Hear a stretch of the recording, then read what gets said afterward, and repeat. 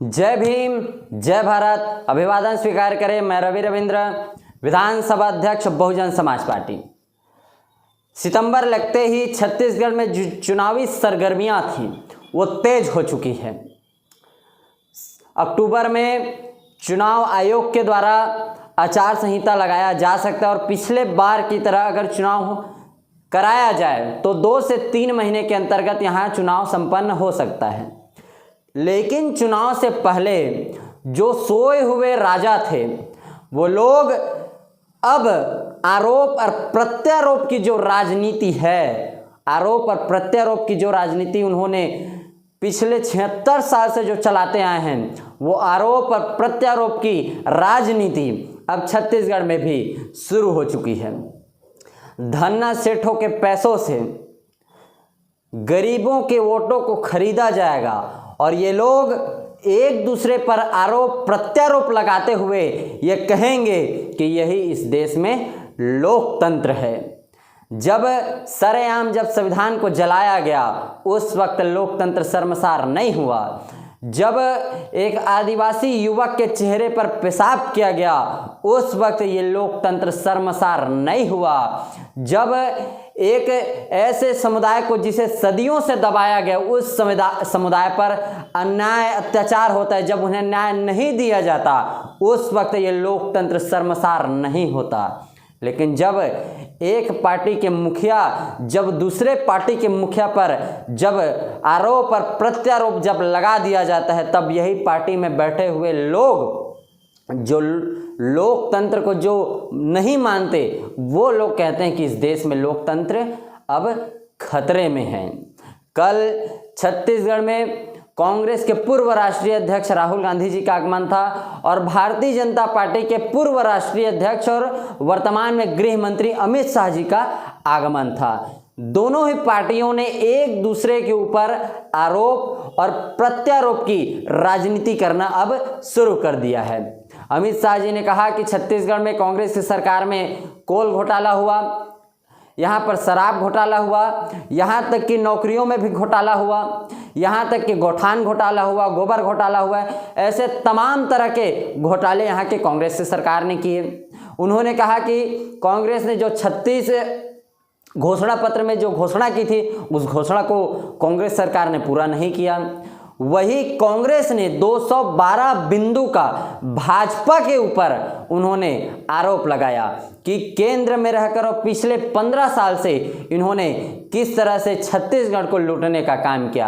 आप दोनों आरोप और प्रत्यारोप को रख कर देखिए कि कांग्रेस और भाजपा इन दोनों ही पार्टियों ने इस छत्तीसगढ़ को लूटने का काम किया है। चाहे वो नान घोटाला हो, ऐसे सड़क घोटाला हो या फिर ऐसे कोई भी घोटाला आप उठा कर देखिए, चाहे नोटबंदी हो या फिर वर्तमान में शराबबंदी हो, ऐसे दोनों ही सरकारों के जो मुद्दे हैं इनकी योजनाएं हैं, इनकी योजनाओं पर आप जाइए और दोनों आरोप और प्रत्यारोप के जो कांग्रेस और भाजपा के जो दोनों पत्र है आप आमने और सामने रखिए। आपको पता चलेगा कि जितनी चोरी भाजपा ने की है उतनी ही चोरी आज कांग्रेस कर रही है और इसी चोरी के पैसे से, इसी भ्रष्टाचार के पैसे से फिर गरीबों के वोट को खरीदा जाएगा।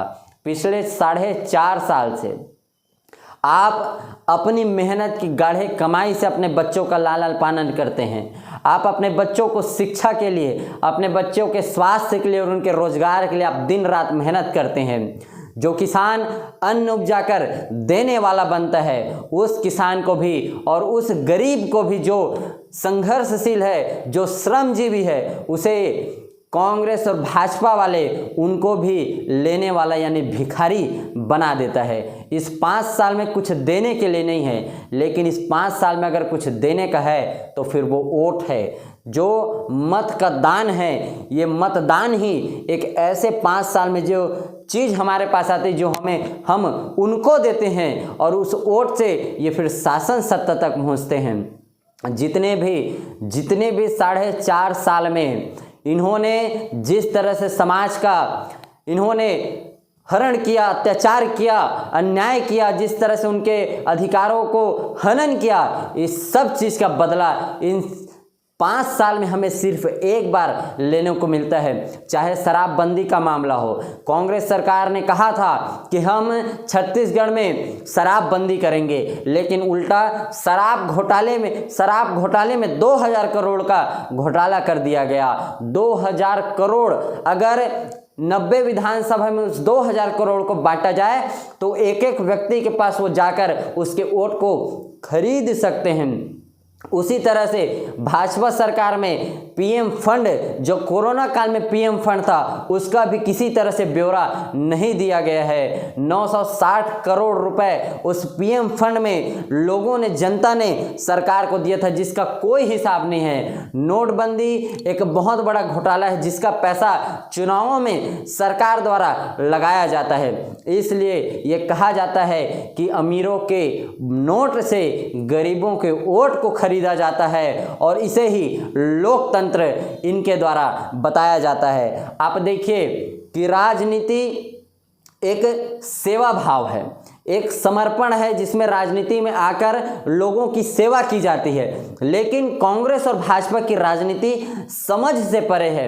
इनकी राजनीति करोड़ों अरबों लगाकर पहले चुनाव जीता जाता है, और उसके बाद चुनाव जीतकर सत्ता में पहुंचकर फिर वो सत्ता में जो जनता के टैक्स से, पैसे से जो सरकार के पास जो पैसा जमा हो, उसमें ये लोग योजना बनाकर फिर भ्रष्टाचार करते हैं। आप देखिए कितने संत गुरु महापुरुष आए और उन्होंने इस समाज की सेवा की, वो भी बिना पैसों के, बिना स्वार्थ के। तो फिर ये कौन से राजनीति करने वाले लोग हैं जो गरीबों के वोट को खरीद कर ये लोग सत्ता में आना चाहते हैं? यही एक सवाल है जो आपको समझना होगा कि राजनीतिक पार्टियां आपके वोट को खरीदती क्यों हैं। ये राजनीति सेवा भाव नहीं है, बल्कि ये राजनीति इन लोगों के लिए अब गोरख धंधा बन चुका है। आप कांग्रेस को देखिए, आप भाजपा को देखिए, दोनों ही सरकारों ने इस छत्तीसगढ़ को 23 साल में किस तरह से लूटा है, ये सब आपके सामने है। इसलिए साथियों, इसलिए आप सबको सजग होना है और इन लुटेरों और इन चोरों से आपको सावधान रहना है, वरना सब चीज़ लूट जाएगा और लूटने के बाद आपके हाथों में कुछ आने वाला नहीं है। इसलिए अपने मतदान को, अपने इस वोट के अधिकार को सही चीज़ में इस्तेमाल करिए, सच्चे लोगों को सामने लेकर आइए, वरना ये बेईमान इस देश के साथ साथ इस राज्य को और आपकी किस्मत को भी लेकर बेच देंगे। जय भीम, जय भारत।